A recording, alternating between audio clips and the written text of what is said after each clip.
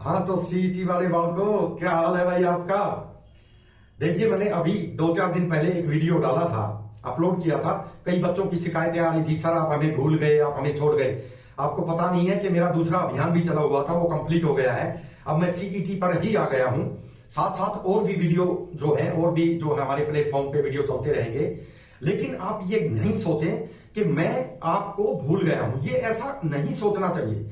देखिए, मैंने अभी वीडियो बनाया था, याद कीजिए, मैंने 2-3 दिन पहले एक वीडियो डाला था सीईटी के ऊपर। उसमें मैंने क्लियर कहा था, भाई ये कुछ नहीं है, सिर्फ एक दिखावा है।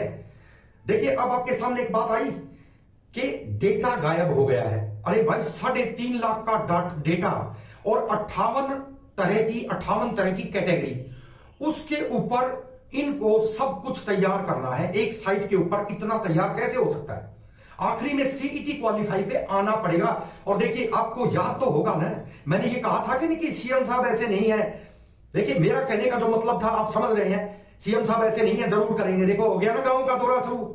मैं आपको बता रहा हूं, अब भिवानी का है सबसे पहले, तो मैं सभी गांव के और शहर के बच्चों से हाथ जोड़कर यह प्रार्थना करता हूं कि आप अपने सरपंच को और अपने जो भी गांव के जो मौजूद आदमी हैं, यानी जो भी गांव के बड़े लोग हैं जिनको आपने पद दे रखे हैं, सरपंच बना रखे हैं, मेंबर हैं, नंबरदार हैं, उनको इकट्ठा करके सभी को और एक लिस्ट बनाओ। और गांव के जितने भी बच्चे बच्चियां हैं उनकी लिस्ट बनाओ जो क्वालिफाई हैं 40 और 50% में, जिसमें कैटेगरी और अनरिजर्व शामिल है, जनरल कैटेगरी वाले।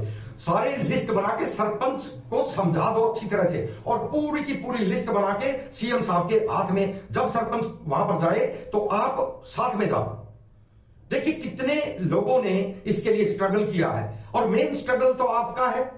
सबसे बड़ा स्ट्रगल आपका दर्द, आपका जोश, और साथ में जवानी।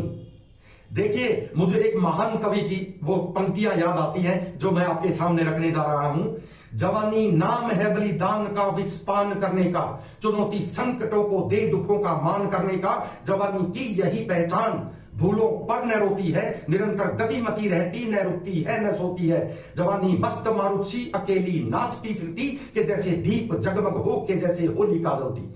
देखिए, ये सारा का सारा जोश और जुनून और दर्द, ये उसका नतीजा है। मैं स्टार्टिंग से आपको यही कह रहा हूं कि बच्चों चिंता मत करो, सीईटी क्वालिफाई होगा, सीईटी क्वालिफाई होगा। क्योंकि देखिए, पिछले भी वीडियो में मैंने ये कहा था कि ये सब आपकी अट्रैक्शन पाने का नतीजा है।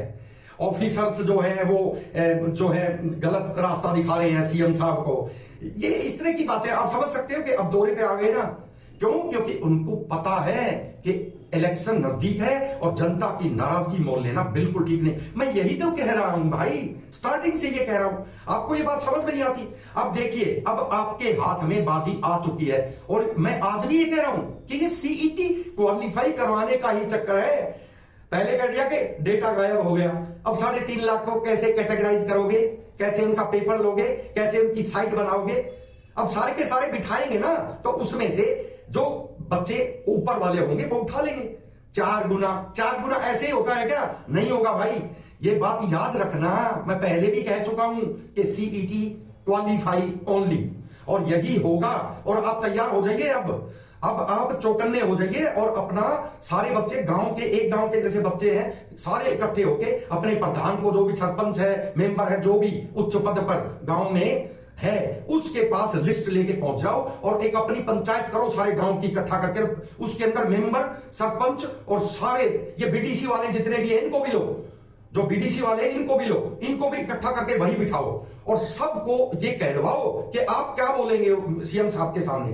कभी बोलना ही ना है, कभी ऐसा प्रधान उसको बोलना ही ना आता हो, तो इसलिए ये भी जरूरी नहीं है सरपंच बराबर में खड़ा हो, दूसरा बोलने वाला वकील हो कोई गांव का। आप समझ सकते हैं ना, कोई पढ़ा लिखा और कोई हो, या कोई लड़का ही हो कैंडिडेट, सरपंच उसके ऊपर हाथ रख के कहे, सर ये बच्चा जो बोल रहा है वो आपको करना है, गांव की ये कमियां हैं, ये आपको दूर करनी है।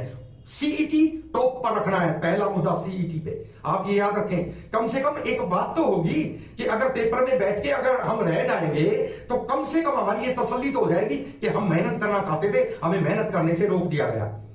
सारे क्वालिफाई कामयाब होंगे, हम भगवान से यही कामना करते हैं कि सभी पेपर में बैठेंगे और बैठेंगे, इसमें कोई दो राय नहीं है। आप इस बात पे अब तो आपको बिलीव ही हो गया होगा कि दोहरा क्यों, ये दोहरा क्यों, क्योंकि जनता नाराज है। ये पता चल गया है खट्टर साहब को कि जनता नाराज है। जनता की नाराजगी सुनकर फिर मैं ये कर दूंगा। आपको पता है, आपको पता है किस लिए दोहरा, किस लिए अब ये दोहरा किस लिए?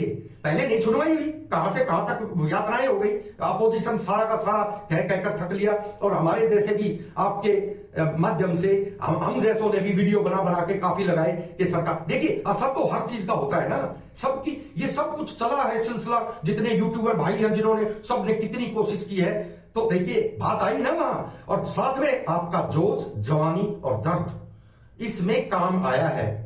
इसलिए आज के वीडियो में इतना ही। नेक्स्ट वीडियो में फिर मैं आपके सामने आता हूं, तब तक के लिए टाटा बाय बाय, धन्यवाद।